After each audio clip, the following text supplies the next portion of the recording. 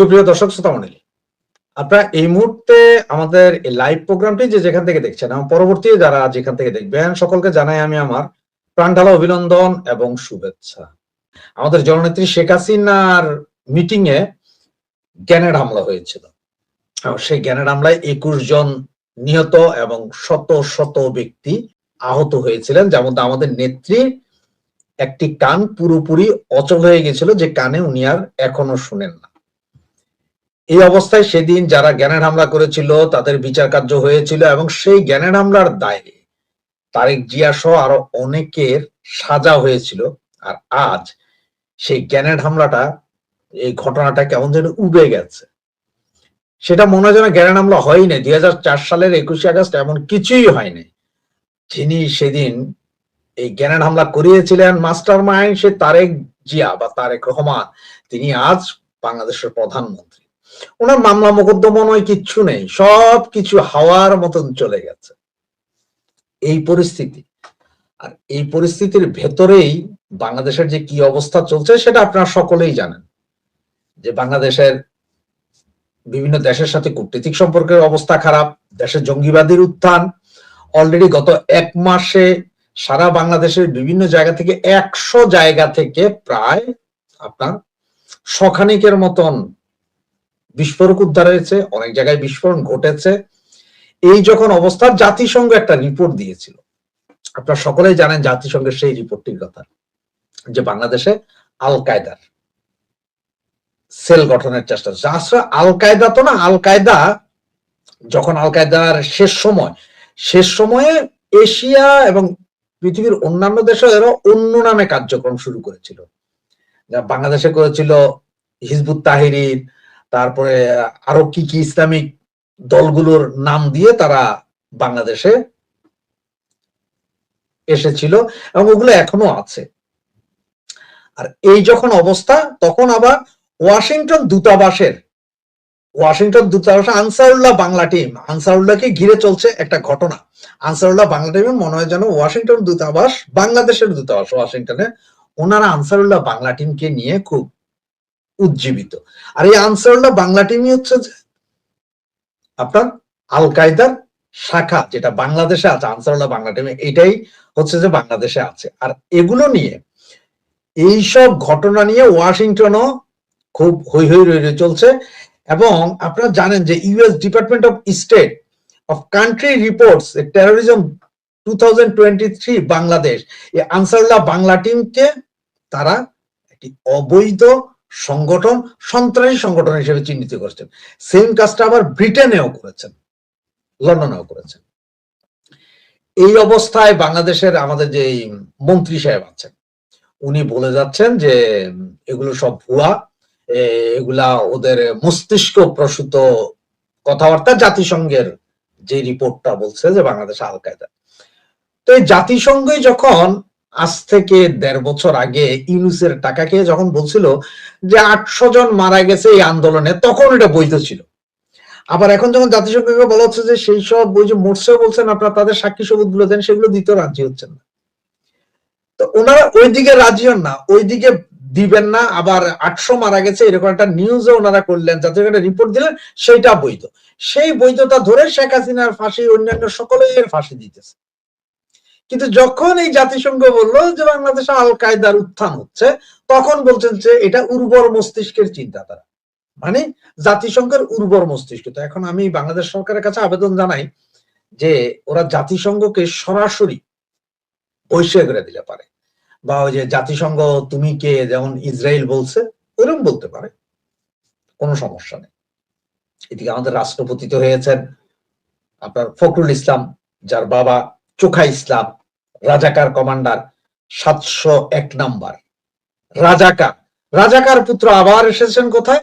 বাংলাদেশের রাষ্ট্রীয় ক্ষমতায়, এবার আবার সেই রাজাকার পুত্র।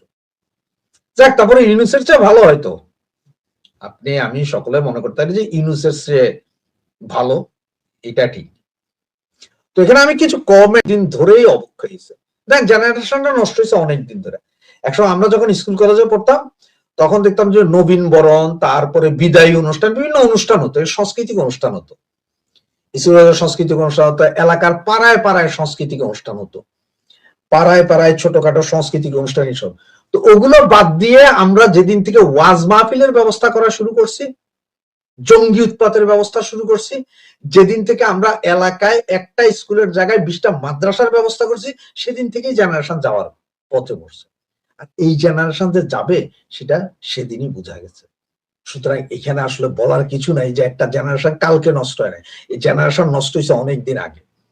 দেখেন শামীম ওসমান সাহেব কি বলছেন বা বলবেন সেটা শামীম ওসমানের বিষয়, বা আমাদের এই যেসব নেতৃবৃন্দ এই মুহূর্তে আছেন তারাও কি বলবেন না বলবেন সেটা তাদের বিষয়। তবে আমার মনে হয় যে একমাত্র আমাদের নেত্রী জননেত্রী শেখ হাসিনা ছাড়া বাকি যারা আছে তারা না তৃণমূলের কর্মী না দেশবাসী, কারোকেই কিছু সুনির্দিষ্ট কিছু বলতে পারছেন না, কারণ ওনারা কিছু জানেনই না সম্ভবত। এমনই একটা অবস্থা যে ওনারা ওই খানা পিনা করা, এক্সারসাইজ করা, জুস টুস খেয়ে ডাল টাল সে আগের মতন অবস্থানে আনা ছাড়া ওনারা আর কিছুই জানেন না। আপনার মনে হয়তো অনেকে কষ্ট পাইতে পারেন, অনেকে আমার গালি দিতে পারেন, আই ডোন্ট কেয়ার, যেটা সত্য সেটাই বললাম। আমাদের যেসব নেতারা দেশ ছেড়ে পালাইছেন, যারা দেশের ভিতরে আছেন ওরা কষ্টে আছেন, তৃণমূল কর্মী কেউ পালাইতে পারে নাই। কাদের সাহেবের একটা কথা আমার খুব আজকে স্মরণ পড়ে। কাদের সাহেব একটা কথা বলছিলেন যে শেখের বেটি শেখ হাসিনা পালায় না, আমাদের কর্মীরা পালায় না। এটা ভালো বলছিলেন। নেত্রী পালায় না, ওনাকে সসম্মানে দিয়ে আসা হয়েছিল দিল্লিতে, আর কর্মীরা পালায় নাই, সব দেশে আছে, মাটি কামড়ায়া মাটি খেয়া দেশে আছে। পালাইছে কারা? নেতারা সব। আর ওই নেতারাও এখন বিদেশে যাইয়া ভাই চাউমিন খাইতেছে, কেউ অনেক কিছুই খাইতেছে, ওনাদের মুখ চেহারা তাজা ভাব দেখেন আপনি, কোনো টেনশন নাই, কারণ ওদের কাছে পয়সা আছে। ওনারা ঠিকই পয়সা দিয়া বিশাল বিশাল বিল্ডিং ভাড়া নিয়ে আছেন, ওখানে এমন এমন নেতাদের বাড়িঘরও আছেন যেটা আপনার অকল্পনীয়, যে ওই বাড়িতে ঢুকার জন্য আপনাকে অন্তত 6টা সিকিউরিটি পাস দিয়া যাইতে হবে নেতাদের বাড়িতে ঢুকার জন্য। কলকাতাতেই আপনাদের নেতারা আছে যারা বাংলাদেশ থেকে কাজের বুয়া 3-4 জন নিয়েও আছেন, বউ বাচ্চা নিয়ে বহাল তবিয়তে আছেন। ওনাদের কোনো টেনশন নেই আপনাদের নিয়ে, আপনারা বাঁচলেন কি মরলেন সেটা নিয়েও টেনশন নেই, নেত্রী ফিরবে কি ফিরবে না সেটা নিয়ে ওনাদের টেনশন নেই। ওনারা বহাল আছেন, ওনাদের ব্যবসা বাণিজ্য, বাসের ব্যবসা, ট্রাকের ব্যবসা, পেট্রোল পাম্পের ব্যবসা সব চলে বাংলাদেশে। বাংলাদেশের হেন কোনো ব্যবসা নেই যে ওনাদের চলে না, খুব শান্তিতে আছে। ওনাদের বাড়িতে ঢুকার আগে ওনাদের থেকে অ্যাপয়েন্টমেন্ট নিতে হবে, প্রথম গেটে গেলে আপনার চেহারা স্ক্যান করে ওনাদের কাছে পাঠাবেন, ওনারা এখান থেকে ওকে করলে সেকেন্ড গেট পার হবেন, সেকেন্ড গেটে করলে আপনাকে একটা বারকোড দিবে, ওই যে আপনার বিভিন্ন খাবার আনলে বারকোড আছে না, চিটিং চিটিং বারকোড, ওইটাতে স্ক্যান করার পরে এরপর আপনার আবার আই কন্ট্যাক্টের স্ক্যান নিবে, নেওয়ার পরে আবার নেতাই বলবে যে হ্যাঁ একে আসতে দাও, এরপরে আপনি ওইখানে যাবেন, যাওয়ার পরে আবার গেট খুলবে, দারোয়ান বলবে আপনি কোথায় যাবেন, কার কাছে, অমুকের কাছে সাইন দেন, আচ্ছা ঠিক আছে আপনি দাঁড়ান আমি স্যারের সাথে কথা বলি, স্যারের সাথে কথা বলছে, আচ্ছা যান আপনি 4তলায়, 4তলায় গেলে বলো যে আচ্ছা আপনি স্যারের কাছে আসছেন, স্যার 4তলায় না, স্যার 2তলায় আছে, কিন্তু ওইখানে যে বিল্ডিং পর্যন্ত গেছেন ওই বিল্ডিং পুরাটাই ওনার ভাড়া। এরকম নেতারা আছে, বরাবর ওনারা বহুত বড় নেতা হয়। তো আমি যার কারণে আমি বলি যে আমাদের নেতাদের, এখন আওয়ামী লীগ নেতাদের অবস্থা এরকম, তলোয়ার ছাড়া দেলোয়ার আর লিঙ্গ ছাড়া সিংহ। সুতরাং ওনারা কে কি বললো, শামীম ওসমান কি বললো, অমুক কি বললো, তমুক নেতা কি বললো, ভাই ওগুলাতে না যাইয়া এক নেত্রী শেখ হাসিনা কি বললো সেটার উপরে স্থির থাকেন, যে নেত্রী কি বলছে, নেত্রী যা বলছে সেটাই মানেন, বাকি কিছু মানার দরকার নাই। ওসব ভাইগিরি নেতাগিরি আমি কখনো করিও নাই, আমি তাই 1 পয়সার পাত্তাও দেই না যে এই নেতারা কি বলে না বলে, কই যায় কি খায়, কোনো টেনশন নাই। আপনি এখন দেখতেছেন যে আমি নেতাদের এই না এখন আর লাইভ করি না, কারণ হচ্ছে যে এই নেতারা কিছু বলতেই পারে না। যেই নেতা তৃণমূলের কর্মীদেরকে কোন দিক নির্দেশনা দিতে না পারে, যেই নেতারা বাংলাদেশের কোন লোককে দিক নির্দেশনা দিতে না পারে, সেই নেতা দিয়ে আমি করব, সেই নেতারে আইনা আপনাদের সাথে কথা বলে আর লাভ কি, ওনারা তো কিছুই বলতে পারবেন না।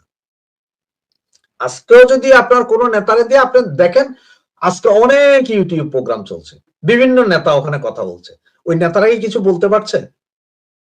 কিছুই বলতে পারে না, ওরা কিছুই বলতে পারে না। কেউ চেহারা দেখায়, কেউ চেহারা দেখায় না, ওরা লজ্জায় থাকে, ওদের লজ্জা লাগে চেহারা দেখাইতে, তারা লজ্জায় থাকে। তো এইসব নেতাদের নিয়ে আমি কোনো কথা আর বলতে চাই না, যার কারণে আমি আমার চ্যানেলে আপাতত আমার চ্যানেলে আর কোনো আওয়ামী নেতাকে আনি না, এবং ওদের কথা এবং কাজেও ঠিক নেই। এমন যে কথা এবং কাজেও ঠিক নেই যে বলবে আপনারা ঠিক আছে ভাই কালকে আসবো, এর পরের দিন আর ফোনে পাবেন নাই।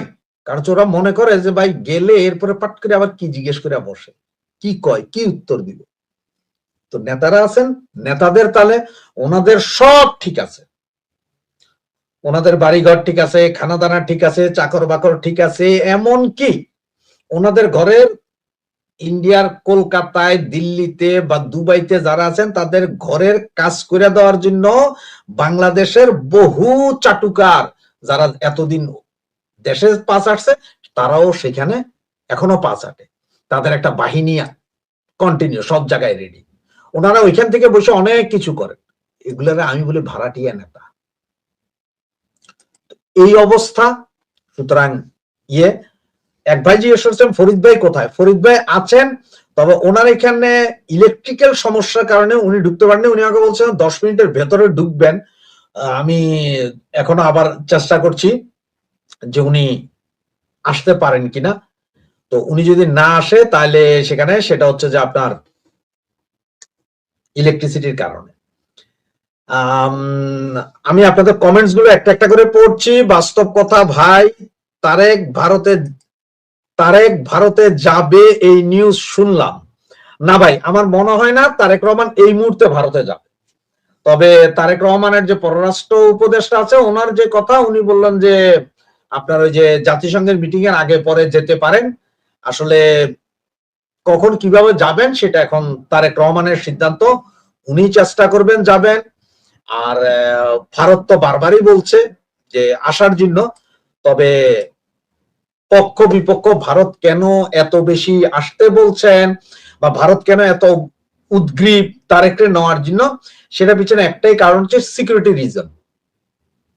ভারতের বাংলাদেশের সাথে কোনো নেই, প্রবলেম নেই। ভারতের ব্যবসা বাণিজ্য সব বাংলাদেশের সাথে অতীতের চেয়ে ভালো চলতেছে, আরো বেশি চলতেছে। ভারত একটা জিনিসই চিন্তা করে, সেটা হচ্ছে সিকিউরিটি রিজন, যে বাংলাদেশের মধ্যে আল কায়দা ফাল কায়দা মিলাইয়া তার দেশের কোনো সমস্যা করে কিনা, এইটাই হচ্ছে যে ভারতের মূল টেনশন। যার কারণে আপনাদের চিন্তা করতে হয় 30 বছর আছে, 30 বছর আগে একবার এসেছিল ভারতের প্রধান, আর এইবারে এসেছে। তার মানে এটা বিশাল সিকিউরিটি রিজন আছে ভারতের জন্য, যার কারণে ভারত সরকার চাচ্ছে যে তারেককে নিয়ে যেতে, অভ্যর্থনা দিতে বা করতে। আবার এখানে অনেকে পক্ষ বিপক্ষ অনেকে আছে, অনেকেই বলছেন বাংলাদেশের থেকে, আমার কাছে কথাগুলো যুক্তি মনে হয় ওনাদের, যে অনেকে বলছেন যে ভারত তারেককে নেওয়ার জন্য, তারেকের প্রতি এত আবেগ, এতই যদি কথা বলতে হয় তারেক নিয়ে যেতে, তো তারেকরে ওই দেশে যায় কথা বলবে কেন? তারেক বাংলাদেশের প্রধানমন্ত্রী, তারেক তোমার দেশের সমস্যা নিয়ে ওই দেশে, তুমি নরেন্দ্র মোদী বাংলাদেশে আসা কথা কওয়া আমগো দেশে, যুক্তি আছে, যুক্তি খারাপ না। এই যুক্তিটা আমার খুব পছন্দ হয়েছে, যে ভারত আপনার এত সমস্যা, এত বন্ধুত্ব করতে হলে আপনি আসেন না কেন? আপনি এত হেডাম দেহে লাভ কি? আপনি আহেন, বিচার তো আপনারা আটকে গেছে, সুতরাং আপনিই আসেন, আপনি এসে কথা বলেন, সেটা বলেন না কেন? এই যুক্তিটা আমার কাছে খুব একটা খারাপ মনে হয় না। আর ভারত ব্যবসা বাংলাদেশের সাথে করতে হবে, ভারত ব্যবসা না করে বাংলাদেশের সাথে পারবে না, যত যাই বলেন। ভারতের এই ব্যবসা করতেই হবে, কারণ মার্কেট কেউ হারাইতে চায় না।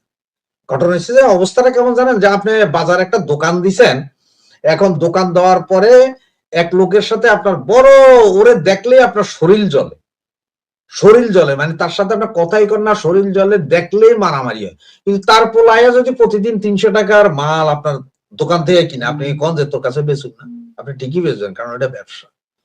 ভারতের অবস্থা ওইরকম, ভারত ব্যবসা বুঝে, মারওয়ারি এরা ব্যবসা বুঝে, এখানে অন্য কিছু না। আপনারা আবার মনে করেন না যে হ্যাঁ কেন ভারতের বন্ধু আওয়ামী লীগ, সুতরাং না না না, ওগুলা নেই। ব্যবসার লগে আওয়ামী লীগ, বিএনপি, জামাত, জাতীয় পার্টি নেই। ব্যবসা সবই ব্যবসা। ভারত ব্যবসা বুঝে, ব্যবসাই করে।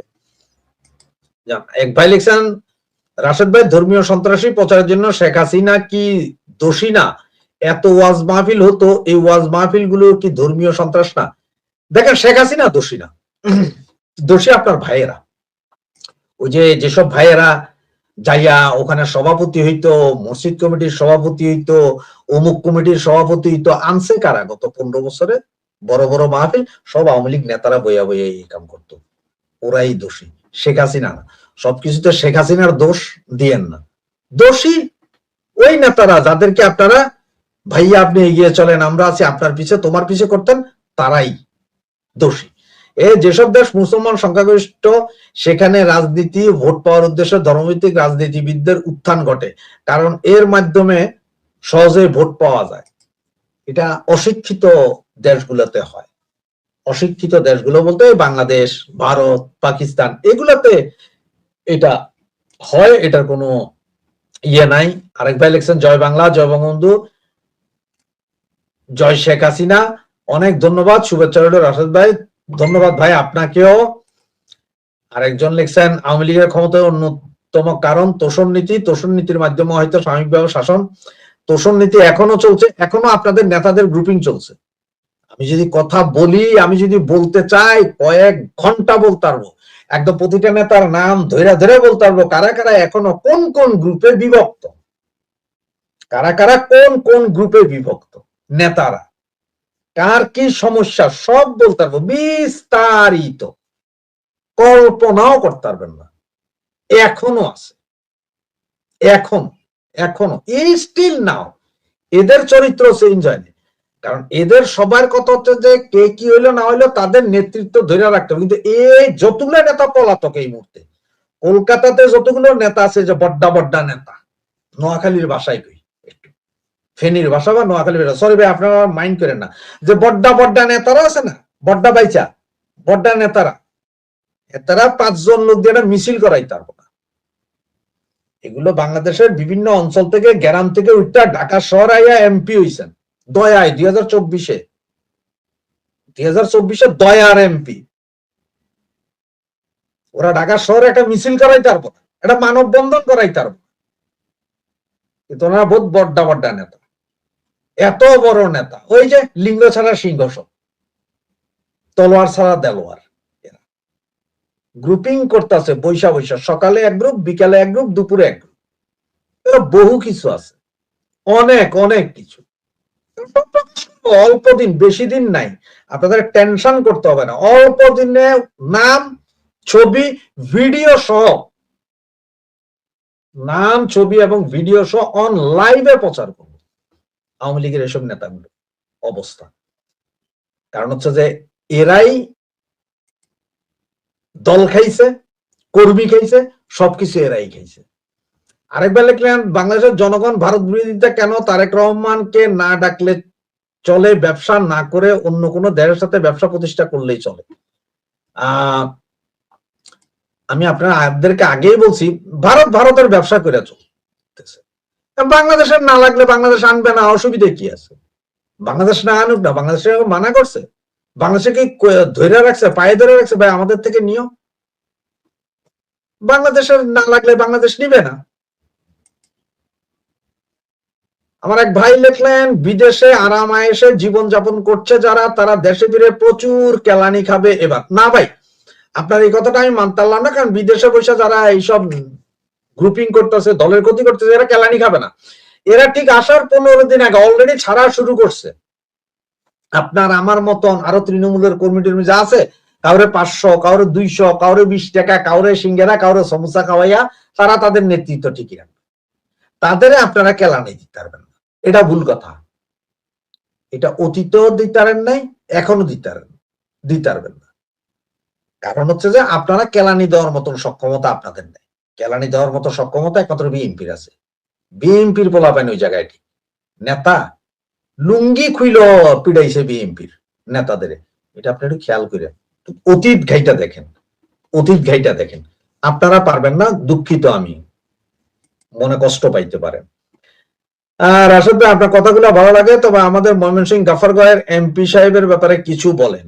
আপনাদের গাফারগাঁওয়ের এমপি, ঢাকার এমপি, রাজশাহীর এমপি, খুলনার এমপি, মাদারীপুরের এমপি, শরীয়তপুরের এমপি, সব বিষয়ে বল, সব ভাইয়েরই টিনের চালে কাউয়া নেতা আমার ডট ডট, এগুলো সব খুইলা দিব। আপনাদের সাথে খুল্লা প্রকাশ করব। ওই যে বললাম না, কোন কোন নেতার বাড়িতে যাইতে কয়টা কয়টা সিকিউরিটি ক্যামেরা আছে, কি আছে না আছে, ওগুলো একটা ভিডিও শট সহ দিব আপনাদের। টেনশন নিয়েন না, আপনারা প্রস্তুত থাকেন, আমিও প্রস্তুতি নিচ্ছি, সব আছে, ফাইলিং রেডি, দিবই। দলের সাধারণ সম্পাদক ভাই প্রকাশ্যে ঘোষণা দিয়ে গ্রুপিং করতেছে, অন্যদের কথা পরে বলেন। দলের সাধারণ সম্পাদক তো আছে আমাদের কাদের কাকা, উনি গ্রুপিং করতেছে না কি করতেছে সেটা তো আপনি বললেনই, তার আমি কি বলবো? আপনি যখন বললেন, আপনি আরো কিছু বইলা দেন, তাইলে আমরা অন্তত সবাই জানি, সবাই দেখতে পারি যে কে কিভাবে কি করতেছে। তবে অবস্থা খারাপ, আমি আপনাদের শুধু এটা বলবো যে অবস্থা খারাপ, নেতাদের অবস্থা খারাপ, এতটুকু বলি। নেতাদের উপরে, নেতারা এখন যে যেখানে আছেন সেখানকার সরকার প্রশাসনও বিরক্ত। অলরেডি বহু নেতাকে ডাক দিয়া বলছেন যে দেশে যাও, তোমরা বহুত বছর, 2 বছর ছিলে এখানে, বহুত কিছু করছো, বহুত সুযোগ পাইছো, কিছু করতে পারো নাই, তোমরা দেশে যাও। আর যদি দেশে না যাও, তোমাদের হাত পা বাইন্দা ঠিক ওই কাঁটা তারের উপর দিয়া ফালাই দিব ফেলানির মতন, এই কথাটাও বলছে বহু নেতারে। বিরক্ত হয়ে আছে এদের এইসব কারণে, কেউ সহ্য করবে না এসব পোংটামি। রাশেদ ভাই কলকাতা থেকে বলছে, আপনার কথা বললে বুলেটের থেকেও শক্তিশালী, টাকলা ব্যারিস্টার খুব বাড়াবাড়ি করছে। ভাইয়া আপনি কলকাতা থেকে দেখছেন, অসুবিধা নাই, টাকলা ব্যারিস্টার বাড়াবাড়ি করছে, দেখেন ভাই, আমাদের তো মুখ বলবো, অসুবিধা কি? আর এখন ধরেন ভারতকে নিয়ে যেই ট্রল হইতেছে, এই ট্রলের জন্য পুরোপুরি ভারত সরকার দায়ী। কারণ আপনার তো তারেক জিয়ার পায়ে পড়ার উপায় ছিল, ঠিক আছে না, নিতে হবে। এখন বাংলাদেশের মানুষ, আমি আপনি হয়তো শুনছেন, এখন বাংলাদেশের মানুষ ডিরেক্ট বলতেছে, তোদের দরকার হইলে নরেন্দ্র মোদী তুই আয় দেশে, এটা বাংলাদেশের মানুষ বলতেছে। আমার কাছে কথাটা খারাপ লাগে না। আপনাদের এতই যখন খায়েশ তারেকের নিয়ে দেখা করতে হইব, কথা কইতে হইব, এবং কি বলছেন যে বিশাল আয়োজন করবেন নাকি, বিশাল তারেক জিয়াকে অভ্যর্থনা জানানোর বিশাল আয়োজন করবেন। আপনাদের এত টেনশন থাকলে আপনারা নিজেরাই আসেন না, আইসা কথা বলেন, আসবে না তারেক। এটা ভারত সরকারের বোঝা উচিত যে এত বিশ্বাস করলেন, এত কথা কইলেন, তারেকের মা মইরা যায়, আপনারা 13 বার সিডি পাঠান, মন্ত্রী মিনিস্টার সব পাঠান, উনি প্রধানমন্ত্রী করার জন্য ওনারা আনাইছেন না, সব করছেন না, হইছে তো। এখন বুঝেন তারেক কি জিনিস, তারেক ভাইয়া কি জিনিস বুঝেন। তারেক ভাইয়া আর অন্য জিনিস না, তারেক ভাইয়া আরেক জিনিস। আমি এর আগে বহুবার বলছিলাম যে তারেকের এক দাঁতের বুদ্ধি যেমন আওয়ামী লীগ নেতা কোনো, এখন মনে হয় যেন তারেকের এক দাঁতের বুদ্ধি আপনাকে ভারতীয় নেই। ভাই আপনার মানেন চাই না মানেন, এত গিরগিরানি, এত পিরপিরানির পরও তো নিতে পারলেন না এখন পর্যন্ত।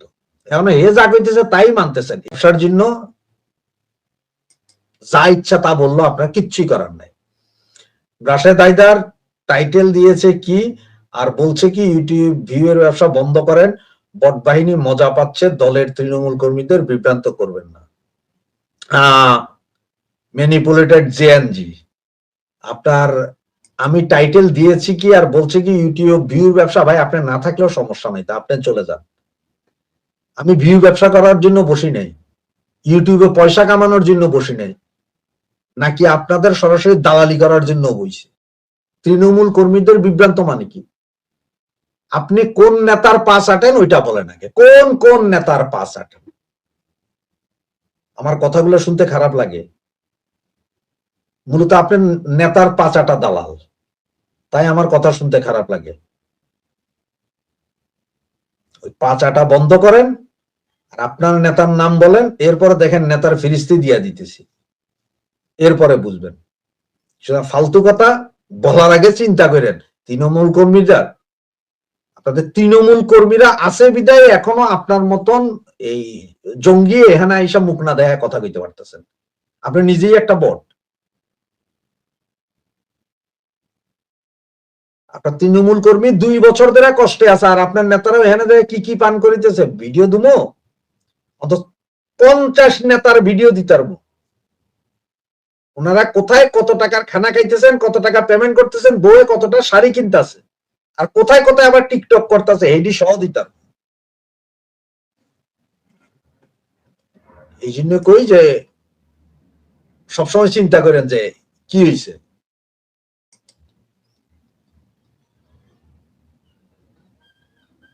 ওরে ভাই আপনি তো ভাই আপনি বলেন সাবস্ক্রাইব করার জন্য আমন্ত্রণ জানেন কেন? নেতার পা চাটারা চাটি না, আমরা নিজেরাই নেতা। আপনি কোন জাতের নেতা? আপনি সাবস্ক্রাইব করার জন্য আমি তো বলবো এই যে আপনার মতন জঙ্গি আমার কথা শুনে এটাই ভালো। শুনেন সাবস্ক্রাইব আপনি কেন আপনার দাদারা সহ সাবস্ক্রাইব করেন মিয়া? কেন আপনাকে নেতাগো সম্বন্ধে কিছু না কইলে তখন ভাল লাগে? খালি নেতার বিরুদ্ধে গেলেই খারাপ। দেখেন যারা শুনতেছেন আমার কথা তাদের কাছে ওনার নেতাদের বিরুদ্ধে কেন বলছি, ওনারা এখনো সেই নেতার চাটুকারী, মানে অমুক ভাই তমুক ভাই, ওনারা সব সহমত ভাই। গুরুচাঁদ ঠাকুর রাশেদ ভাই আপনার কথায় দুটো জিনিস প্রতিফলিত হচ্ছে, এটা ভারতকে সময় দেওয়া, যেমন পাকিস্তান সময় দিয়েছিল। পাকিস্তানের সঙ্গে ভারতের ট্রেড কত ছিল জানেন রাশেদ ভাই? ভাই আমি জানি আপনার পাকিস্তানের সাথে ট্রেড কত ছিল, অমুকের সাথে ট্রেড কত ছিল, আমেরিকার সাথে ট্রেড কত ছিল। বাইরে আমি মনের দুঃখে বলতেছি যে ভারতের সাথে আমার কোনো শত্রুতা আমি নাই, জায়গা জমি সহায় সম্পত্তি কিছু নিয়ে নাই। আমার কথা হচ্ছে যে ভারত সম্মান দেওয়ার চেষ্টা করছেন তো ভাই, করেন নাই? বেশ কয়েকবার ডাকাইলেন, আসে না। এরপরেও এত কি ভারত গভর্নমেন্টের, আগেই বলছি ভারত গভর্নমেন্টের একটাই সমস্যা, সেটা হচ্ছে সিকিউরিটি রিজন। বা পাকিস্তানের সাথেও আপনাদের সিকিউরিটি রিজন আছে, চায়নার সাথেও সিকিউরিটি রিজন আছে, কিন্তু ওইখানে সামাল দিতে পারলে আর বাংলাদেশের মতো এই দেশে সামাল দিতে পারতেছেন না, সামাল দিতে পারবেন না। গত 2 বছর, গত 2টা বছর এর আগে ইউনুস গভর্নমেন্টের সময় আপনারা রাগান্বিত হইয়া এরপরও সমস্ত বিপদ আপদে হেল্প করছেন। এই এই তারেকের সময় ওই যে তেল চায় পেট্রোল চায় হেল্প করতেছেন ভাই। ও যখন গাদ্দারি দেখাইতেছে, ও যখন ঘেটির এটা মোটা দেখাইতেছে, ওর একটু ঘেটিটারে একটু নরম করেন না, একটু নরম করার ব্যবস্থা আছে না? এই যে তেল চাইতেছে, হ্যাঁ তেল দিব বইলা কবে দিব লগে লগে না পাঠাই একটু লেন্দি করেন। যেটা এখন দরকার সেটা 1 মাস পরে দেন, আস্তে আস্তে লেন্দি করেন। কারণ আপনি যখন আশা দিবেন যে ভাই কালকে আমি তেল দিতেছি, তার মানে কালকে আর এই সরকার তেল কিনতে পারবো না, সুতরাং আপনি কালকে কোন আপনার বেয়ারিং নষ্ট, তেল আহে না, অসুবিধা আছে ভাই? অসুবিধা তো নাই। এই যে আদানির বিদ্যুৎ বেয়ারিং আরেকটা নষ্ট হয়ে গেছে বলে কিছুদিন বন্ধ রেখে বিদ্যুৎটা আপনার নিজের দেশে চালান, আপনার দেশেও লোডশেডিং আছে সেইখানে চালান, একটু ইয়ে দেন না, টাইট দেন, আস্তে আস্তে টাইট দেন। আপনি চাইলেই মরিচ দেন, কাঁচা মরিচ দেন, না না না, আপনি যতক্ষণ পর্যন্ত ভারতীয় গভর্নমেন্ট বা ভারতীয় জনগণ এতটুকু না বুঝবে যে, একটা কথা আছে হিন্দিতেই বলে না, লাতো কা ভূত বাতো মে নেই মানতা, যতক্ষণ এদের লাথি না মারবেন ততক্ষণ কথাই শুনবো না। আর জঙ্গি সরকার এরা শুনবো না, কারণ এরা তো জিহাদের জোশে জোশান্বিত, ওনারা জিহাদ করতেছেন।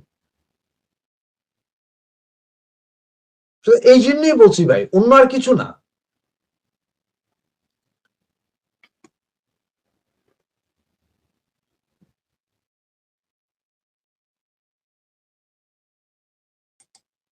একজন লেখছেন রাশেদ ভাই আমাদের এমপি পাপন সাহেবের কি খবর, এলাকার একজন নেতা কুমির খবর নেই।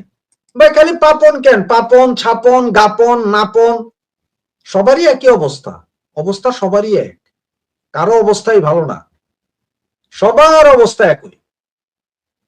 কোন নেতা আপনাকে খবর নিতেছেন না। ওই যে আমার ওই ভাই বারবার খেপতেছেন, দেখেন আমার ওই ভাই মায়ের চাইতে মাসিক দরদ বেশি, নেতার নামে হাজার হাজার মামলা, নেতা না থাকলে কর্মীরাও থাকবে না। ওই যে নেতার নামে হাজার হাজার মামলা, তোর নেতা চোর, মামলা হবে না। তোর নেতা যদি সৎ সৎ হইতো মামলা হইতো না। কেন তোর নেতা নামে মামলা? তোর নেতা চোর বিধে তোর নেতার নামে মামলা হয়েছে। তোর নেতা কি ভালো মানুষ ছিল? বরঞ্চ তোর এইসব কুলাঙ্গের নেতার কারণে নেত্রীর বিরুদ্ধে মামলা হয়েছে। তোদের এই কুলাঙ্গার নেতাদের কারণেই নেত্রী আজকে দেশ ছাড়া, সেটা তোরা মনে নেই। আর মামলা নিয়ে বাংলাদেশে আর নেতা নাই, এতগুলো এমপি, সাবেক বর্তমান এমপি মন্ত্রী অনেকেই তো জেলে আছে, অনেকেই জেলে আছে না, মামলা আছে না ওদের নামে। ওরা কি তোমার নেতার মতো পালাইছে ভাইয়া? আপনার নেতার নামে মামলা, নেতার নামে মামলা, হাজার হাজার তৃণমূল কর্মীর নামে মামলা আছে। আমার দেখে এমন অনেক কর্মী আছে আইসিটির মামলা, একটা না চারটা আইসিটির মামলা নিয়ে এখনো দেশে আছে, ওরা মিছিল মিটিং করতেছে, পোস্টার লাগাইতেছে। এরা তো পালাইলো না, তোর নেতা পালাইলো কেন? তোর এই কুলাঙ্গের নেতাটি পালাইলো কেন? তারপর যন্ত্রণায় তো বাংলাদেশে কোনো অঞ্চলে ঢুকা যাইতো না। একবার লিখছেন ভাই ডিসেম্বরে নেত্রী কি দেশে আসতে পারবেন? দেখবেন আমি বিশ্বাস করি, আমার কথা হচ্ছে আমি বিশ্বাস করি যে আমার নেত্রী যখন বলছে যে দেশে ডিসেম্বরের ভেতরে ঢুকবেন, আমি বিশ্বাস করি। আমার কাছে উপরে আল্লাহ, পরে নেত্রী, এরপরে আমি, মাঝখানে বিছখানে আর কেউ নেই, আসেও নাই পাশেও নাই। আমি বিশ্বাস করি আমার নেত্রী বলছেন আসবেন, আমি বিশ্বাস করি আসবেন। সুতরাং এইখানে এই কথাটা আমার কেউ জিজ্ঞেস আসতে পারবেন কিনা এই প্রশ্নটা করেন না প্লিজ। যদি আপনি সত্যিকার অর্থে নেত্রীকে ভালোবাসা থাকেন তাহলে এটাই মনে রাখেন যে নেত্রী আসবে, উনি যা বলেন তাই করেন। এখানে এক ভাই বলছেন ফেনীর নিজাম হাজারির কথা বলেন।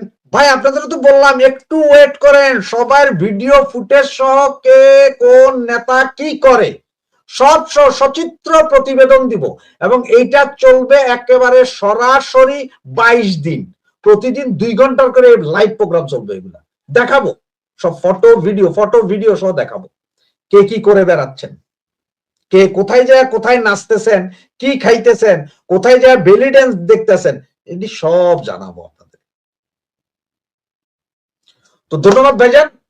ফরিদ ভাই আমাকে মেসেজ দিয়েছেন যে ওনার এখানে এখনো কারেন্ট আসেনি, সুতরাং উনি ঢুকতে পারছেন না।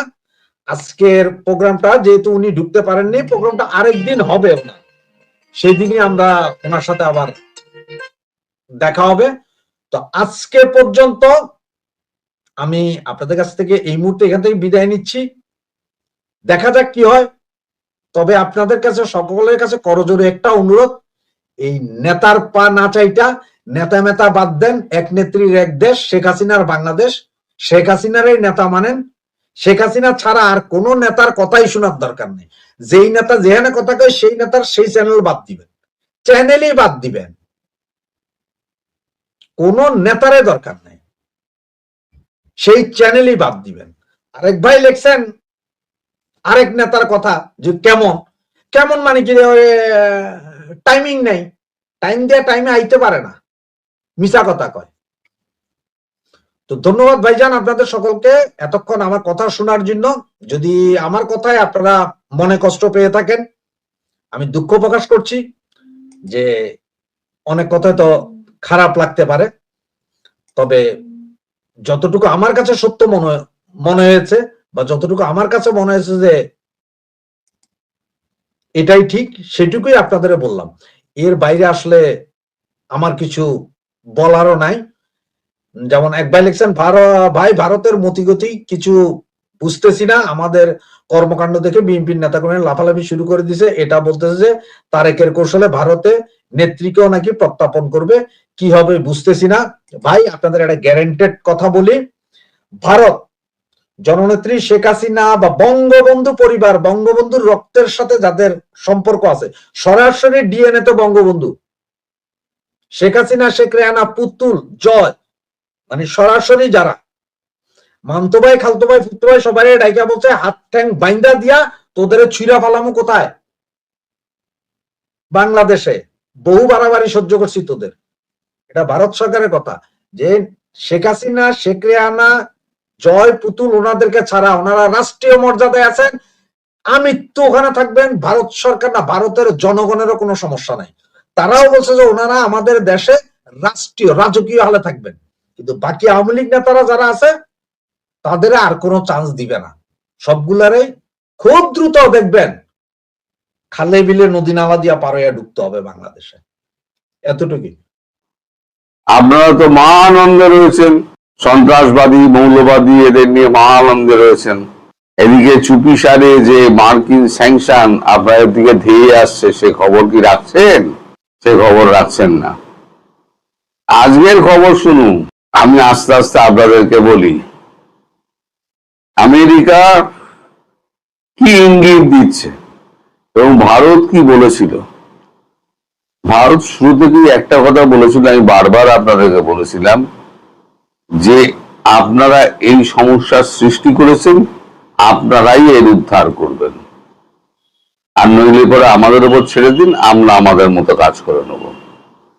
এই আমি বলেছিলাম, যতদিন না পর্যন্ত এই সমস্যার সমাধান হবে ততদিন বাণিজ্য চুক্তি হবে না।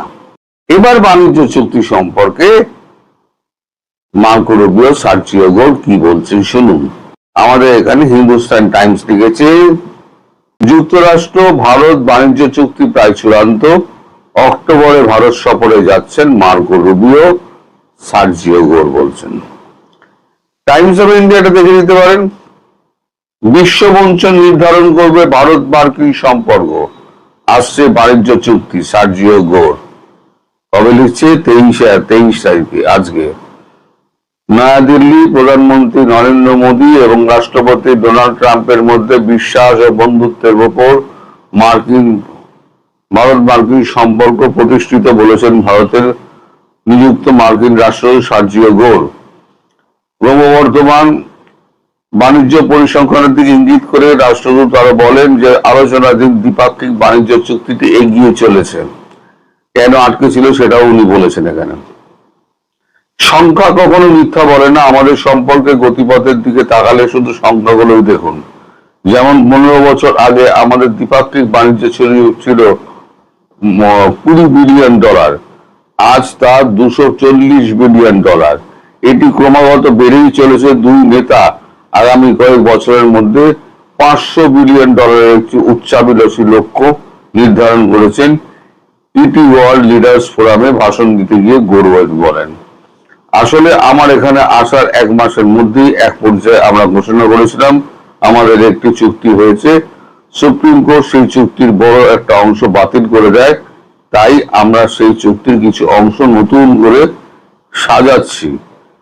কিন্তু বাণিজ্য চুক্তি নীতিগতভাবে প্রায় সবকিছুই সম্পন্ন হয়েছে, এর অনেক কিছুই এখনো আইনি এবং পরিভাষার মধ্যে রয়েছে যা সমাধান করার প্রয়োজন, তাই আশাবাদী আমরা এটি সম্পন্ন করতে পারবো, তিনি বলেছেন। তার মানে অক্টোবরের মধ্যে, যখন মার্কো রুবিও আসছে, অক্টোবরের মধ্যে এই চুক্তি স্বাক্ষরিত হয়ে যাবে। এখন চুক্তি মোটামুটি হয়ে গেছিল, যেহেতু মার্কিন সুপ্রিম কোর্ট ওই ট্যারিফের উপরে একটা ইনজাংশন দিয়ে দিয়েছে, তার জন্য যে ট্যারিফ চাপিয়ে যে চুক্তিটা করা হয়েছিল সেই চুক্তিটা পরিমার্জন এবং সংশোধন হচ্ছে। আমাদের সিল কিন্তু পড়েনি, ওদের সিল কিন্তু পড়ে গেছিল আগের চুক্তিটা। তো এখন বর্তমান পরিস্থিতিতে নতুন চুক্তিতে এবার সই হবে অক্টোবরে। তার আগে বাংলাদেশ সম্পর্কে একটা ইতিবাচক ভূমিকা নিতে হবে বাংলাদেশ বা আমেরিকাকে। সেটাই ছিল এই চুক্তির আর একটা চুক্তি। মানে এই চুক্তি যদি সম্পন্ন হয় তাহলে ওই চুক্তিটা সম্পন্ন হয়, বাণিজ্য চুক্তি সম্পন্ন হবে। তার বাণিজ্য চুক্তি যখন হতে যাচ্ছে তখন ধরেই নেওয়া যেতে পারে যে আমাদের ওই শর্ত, আমাদের দেওয়া শর্ত, চুক্তি বলবো না, আমাদের দেওয়া শর্ত যেটা, সেই শর্তটা আমেরিকা মেনে নিয়েছে এবং কথাবার্তা যেদিকে যাচ্ছে তাতে বোঝা যাচ্ছে যে আমেরিকা খুব সদর্থক ভূমিকা পালন করবে। আমেরিকা নিজেই বোঝেনি যে এত বড় সর্বনাশ তারা করে ফেলেছে। ভারতের বুকে, দক্ষিণ এশিয়ার বুকে কোন রকম সন্ত্রাসবাদী রাষ্ট্র ছিল না। এখানে সন্ত্রাসবাদী একটা রাষ্ট্র তৈরি করে ফেলেছে বাইডেন প্রশাসন। সে তার প্রশাসনের আন্ডারেই ডোনাল্ড লু, তিনি এই আমাদের শেখ হাসিনাকে উৎখাত করেছিলেন। ডোনাল্ড লু এর এখন কোনো পাত্তা পাওয়া যাচ্ছে না, তিনি এখন পুরো গ্যারেজ। এখন পিটার হাস এদিক ওদিক ঘুরে বেড়াচ্ছে, একটা কোম্পানিতে এক্সেলেটার নাকি একটা কোম্পানিতে সে ডিরেক্টর হয়েছে, তাকেও আচ্ছা মতো নাকি গুছিয়ে দেওয়া হয়েছে এবং তার চাকরিটি গেছে। তার চাকরিটি যাওয়ার পর, এই ঘটনার পর, আপনারা এবার মূল কথাটা শুনুন, এই ঘটনার পর ট্রাম্প প্রশাসন এসে, নতুন ক্ষমতায় এসে প্রথম চাকরিটি খায় হচ্ছে গিয়ে এই পিটার হাস আর ওই এর কথা যেটা বললাম, ভুলে গেলাম, এইমাত্র বললাম ভুলে গেলাম, যেটি আসল লোক। তো এদের দুজনের চাকরিটি গেছে। এখন এরা কিন্তু আমলা, এদের চাকরি কিন্তু সহসা যায় না। কোন রকম ভাবে সরকারি নিষেধাজ্ঞার মধ্যে যদি পড়ে যায় তাহলে আমেরিকায় চাকরি চলে যাবে। এরা সরকারি নিষেধাজ্ঞার মধ্যে পড়ে গেছিল। ডোনাল্ড লু আর একজন যার চাকরি গেছে, ডোনাল্ড লু, নাম মনে পড়ছিল না, বয়স হয়েছে তো সব মাঝে মাঝে ভুলে যাই। এখন আপনারা তো ভারত বিরোধিতা, আপনারা ধেই ধেই করে নাচছেন, আরো ধেই ধেই করে নাচুন। এবার আসছে স্যাংশন আসা মানে আপনাদের সব কিছু একদম খাদ্য পানীয় সব বন্ধ। এবার আপনারা দেখি ওই বিরোধিতা, ওই পেটে যখন ভাত পড়বে না, ওই বিরোধিতার যে মানে চুলবুলানি আছে না বুকের মধ্যে, এটা বিরোধিতার চুলবুলানি, জেহাদের চুলবুলানি, ওই সব জানলা দিয়ে বলে বেরিয়ে যাবে যখন দেখবেন বাড়ির বাচ্চাটা খেতে পারছে না, বউ খেতে পারছে না, বাবা অসুস্থ হয়ে বাড়িতে পড়ে রয়েছে, আপনি নিষ্কর্মার মতো বসে রয়েছেন, তখন জেহাদ কিন্তু ভুলে যাবেন। তখন আগে পরিবারের কথা মনে হবে, তখন মনে হবে যে আমরা কত বড় পাপ করেছিলাম। কারণ এই পাপের দণ্ড কিন্তু আপনাদের ভুগতে হবে। শেষ যে পাপটি করলেন সেটি হচ্ছে তারেক রহমান। তিনি ভারতবর্ষে এলেন না, ভারতবর্ষে না এসে তিনি ভারতবর্ষকে চরম শিক্ষা দিতে চাইলেন। আমরা ভারতবর্ষকে শিক্ষা দিলাম। এখন নাক কেটে 30 তারিখে ভারতে আসার জন্য উনি চিঠি লিখেছেন, কিন্তু ভারত কোনো জবাব দেয়নি। আমি বলেছি না, ভারত তারেককে আর দরজা খুলে দেবে না, তারেকের জন্য দরজা বন্ধ। আমার কথা মিলিয়ে নেবেন, আমি এখনো পর্যন্ত যা যা বলেছি প্রত্যেক কটা হচ্ছে। যেমন ডিজেল বন্ধ হয়ে গেছে, আপনার এও খাদ্য পণ্য বন্ধ হয়ে যাবে, ধীরে ধীরে বিদ্যুৎটাও কমবে। আর স্যাংশন করলে তো আমি তো আগেই বলেছি স্যাংশন হতে পারে, আসতে পারে স্যাংশন। এবার স্যাংশন দিলে পরে এই চুক্তিটা স্বাক্ষরিত হবে।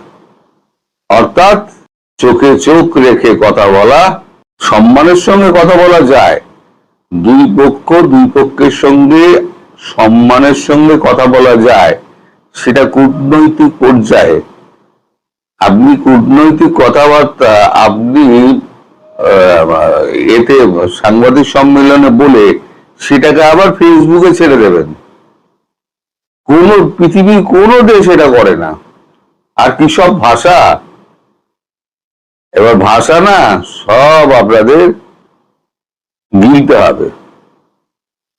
খারাপ কথা তো বলতে পারি না, গিলতে হবে। ওই শামা ওবায়েদ, তারপরে একটা কি জুটেছে, ওর নামটাই আমার মনে থাকে না, এখন আর প্রতিমন্ত্রী হয়েছে।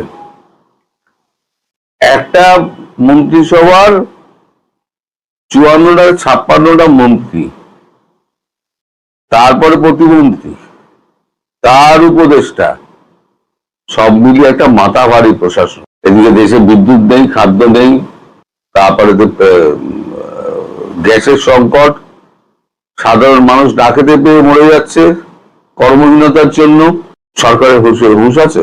সরকার বলছে যে কি না, আমাদের ছোটবেলায় তো আমরা বিদ্যুৎ ছাড়াই তো আমরা কাটিয়েছি, আমাদের তো কোনো অসুবিধা হয়নি। তাহলে বিদ্যুৎ না থাকলে 12 ঘন্টা কি আছে? 12 ঘন্টা তো আপনার বাড়িতে বিদ্যুৎ চলছে ডুবু ভাই, 24 ঘন্টা বিদ্যুৎ আপনি পাচ্ছেন, 12 ঘন্টা আপনি জেনারেটর চালাচ্ছেন আর 12 ঘন্টা বিদ্যুৎ পাচ্ছেন, 24 ঘন্টা আপনি পাচ্ছেন। একটা সাধারণ মানুষ কিন্তু পাচ্ছে না, তারা কিন্তু বাইরের রাত্রিবেলা বাইরের দাওয়ায় বসে রাত কাটাচ্ছে হাতে পাকা নিয়ে। আপনারা তাদেরকে দেখেছেন? আপনারা চাঁদাবাজিতে ব্যস্ত, লুটতরাজে ব্যস্ত, মানে পুরনো সেই বিএনপির যে কালচার ছিল, সেই পুরনো বিএনপির কালচারটা আবার এসে উঠেছে, দেখা দিয়েছে। তো এরপর শেখ হাসিনা ঢুকলে আপনি কি মনে করেন, আপনারা মনে করেন আপনারা দেশে থাকতে পারবেন? আমি এখনই বলে দিচ্ছি, আপনারা কেউ দেশে থাকবেন না, আপনারা কেউ দেশে থাকবেন না। সব উড়োজাহাজ ধরে পালিয়ে যাবেন ভয়ের চোটে। হ্যাঁ, কিছু সংখ্যক সৎ বিএনপির লোক থাকবে, আর বাকি সব আপনারা যেগুলো এসছে না, যেগুলো ইংল্যান্ড আমেরিকা থেকে যেগুলো এসছে, সেগুলো তো আগে পালাবে। তারপরে তারেক রহমান সবার আগে দৌড়াবে লন্ডনে। পাসপোর্ট কিন্তু জমা দেননি, উনি একটা দেশের প্রধানমন্ত্রী হয়েছেন, উনি একটা দেশের নাগরিক।